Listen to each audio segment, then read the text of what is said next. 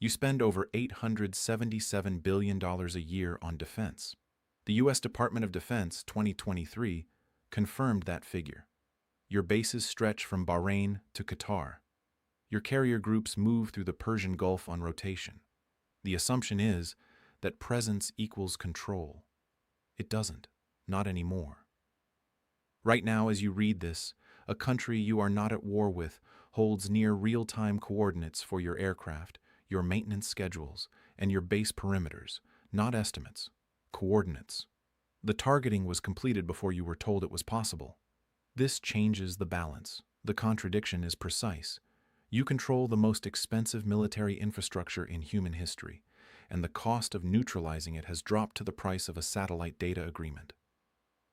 HI viewers. If the most powerful military on Earth can be mapped from orbit, what does deterrence actually mean in 2024? Drop your answer below. You think this is about military vulnerability. It is not. It is about who controls the information layer above the battlefield. And that layer is already occupied. Same region. Same military buildup. One country is spending billions annually to defend fixed infrastructure. The other is acquiring precision targeting capability at a fraction of that cost. The Stockholm International Peace Research Institute 2023 reported that global military spending reached $2.24 trillion, the highest level on record. The cost of attack is not keeping pace with the cost of defense. It never has. But the gap is now wider than any point in the last 30 years. The difference is not small. Iran does not need to match U.S. spending to threaten U.S. assets. It needs only to acquire the data that converts existing weapons into precision instruments. One intelligence transfer accomplishes what decades of procurement could not. You face one of two positions. Option A. Continue expanding base infrastructure, increasing the number of fixed, visible, targetable assets. Option B. Shift to distributed and mobile positioning, reducing target density. The USGAO 2022 found that operational adjustments to base positioning increase logistics costs by billions annually. Neither option is free. The question forming now is not strategic. It is economic. Who absorbs the cost of constant repositioning? And for how long? Most people believe satellites observe. They do not. They target. The Center for Strategic and International Studies 2022 documented that modern intelligence, surveillance, and reconnaissance systems reduce targeting error margins by over 60% compared to ground-based observation alone. Above the Persian Gulf right now, orbital platforms are completing passes at approximately 28,000 kilometers per hour. Each pass produces imagery. Each image is processed. Each processed image feeds a database of positions, movements, and maintenance windows. This is where power moves. 3 weeks after a surveillance architecture becomes operational, the value of every fixed base beneath it changes permanently. Not because the base moved, because it was mapped. Once mapped, it is never unmapped. You do one of two things. You either disperse your assets faster than the orbital cycle can track them, which costs money and reduces operational readiness, or you accept that your positions are known and reinvest in layered defense systems. The CSIS 2022 found that ISR integration reduces targeting error by over 60%. Layered defense does not eliminate that advantage. It raises the cost of exploiting it. You think this is about satellites. It is not. It is about what happens to deterrence when observation becomes continuous. And the network above you has been continuous for longer than the public record shows. Sanctions are designed to isolate. The International Monetary Fund 2021 documented that comprehensive sanctions reduce GDP in targeted economies by 2 to 5% annually. The logic is pressure through separation. Russia faces isolation following Ukraine.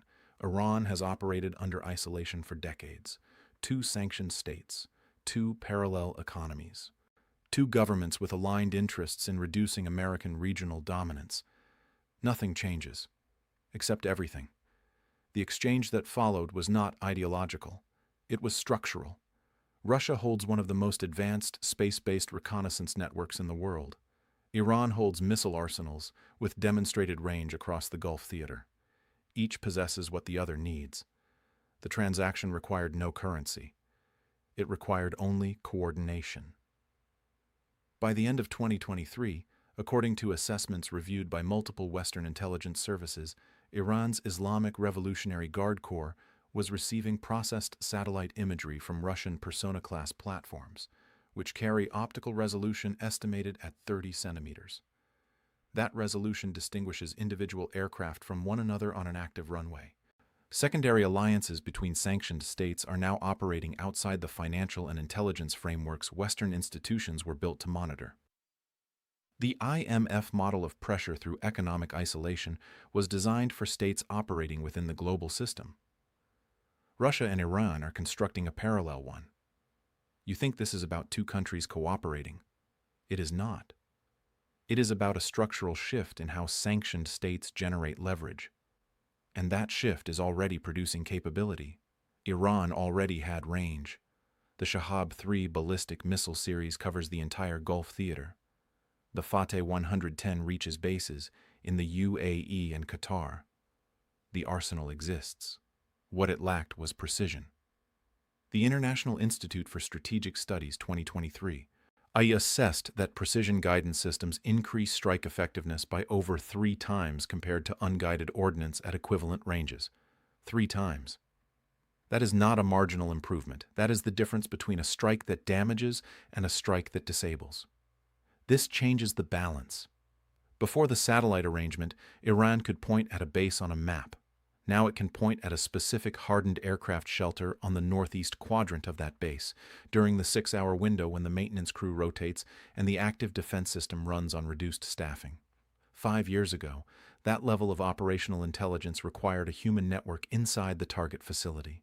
Today, it requires an orbital pass and a data transfer. And then it stops. No warning. The aircraft are still there. The maintenance schedules still run. The gap between what the base commander believes about his exposure and what a targeting officer in Tehran has access to is now measured in real-time updates, not years of intelligence collection. You think this is about missiles. It is not. It is about what precision does to the calculation of risk, and that calculation has already changed. Most people think war begins with weapons. It begins with data. DARPA 2022 published assessments showing that networked warfare architectures reduce operational costs by up to 40% compared to platform-centric approaches. The efficiency gain is not in the weapons. It is in the information layer connecting them. The system operating between Russia and Iran follows 4 stages. Detection. Russian Persona satellites complete orbital passes over Gulf theater assets. Processing. Raw imagery is converted into structured targeting data, identifying asset type, position, and movement patterns. Transmission. Processed data is transferred to IRGC targeting units through secure channels that operate outside Western intercept architecture. Execution. Existing Iranian missile systems receive updated coordinates before each operational window. This is where power moves. Russia provides the upstream intelligence layer. Iran provides the downstream execution capability. Neither country alone holds the complete system. Together, they have built a reconnaissance strike complex that did not exist 18 months ago. The U.S. military has spent decades developing networked warfare doctrine. DARPA's investments in joint targeting systems, multi-domain command architecture, and real-time ISR integration are measured in the hundreds of billions. The Russia-Iran arrangement replicates the functional output of that doctrine at a fraction of the cost. You do one of 2 things. You treat this as a temporary intelligence sharing arrangement that will degrade with sanctions pressure.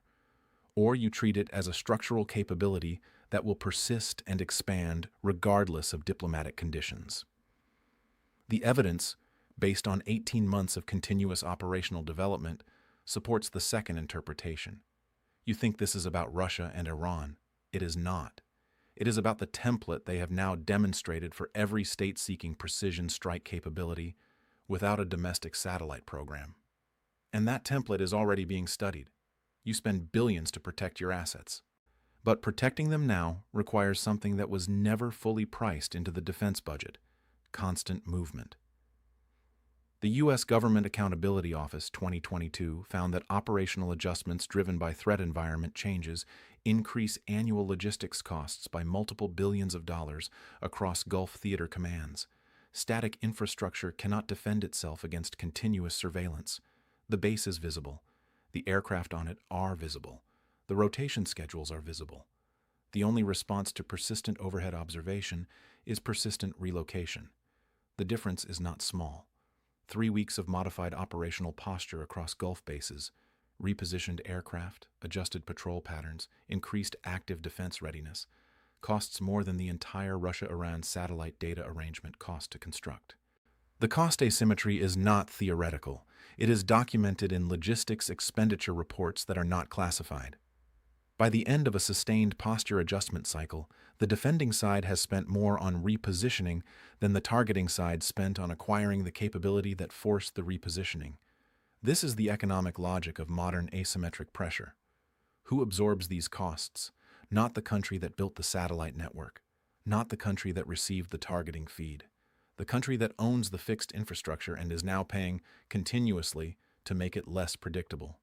You think this is about defense spending? It is not. It is about who determines the cost structure of a conflict before the first strike is ever ordered. That determination has already been made. One country depends on Gulf oil. Another influences its flow. The U.S. Energy Information Administration 2022 confirmed that approximately 30% of all seaborne oil passes through the Strait of Hormuz, 18 to 20 million barrels per day, every day. The Gulf is not only military terrain, it is the physical infrastructure of global energy supply. Military positioning in the region does not exist to project force into a desert. It exists to ensure that 30% of global oil continues to move. This changes the balance. A 10% increase in oil prices transfers over $100 billion annually from importing nations to exporting states, according to the International Energy Agency, 2023 Global Oil Market Report. Control over the conditions that produce that price movement is, in economic terms, control over a transfer mechanism of extraordinary scale.